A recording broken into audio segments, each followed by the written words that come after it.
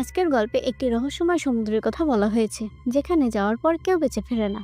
গ্রামের যুবক রাম এই সমুদ্রের রহস্য বের করার জন্য সাহসী সিদ্ধান্ত নেয়। 1983 সালে শুরু হওয়া এই গল্পে গ্রামবাসীরা সমুদ্রে মাছ ধরতে নিষেধাজ্ঞা দেয়, কারণ সেখানে অনেকেই মারা যাচ্ছিল। 43 বছর পর রাম তার বাবাকে খুঁজতে এবং সত্য প্রমাণ করতে সমুদ্রে যাওয়ার সিদ্ধান্ত নেয়।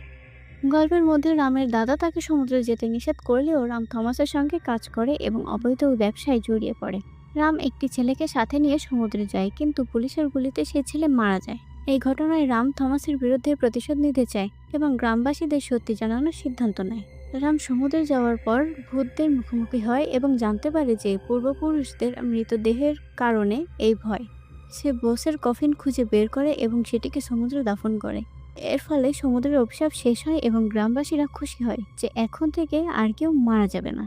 গ্রামের সাহসিকতা এবং সত্যের সন্ধানে এই অভিযানের মাধ্যমে গল্পটি শেষ হয়।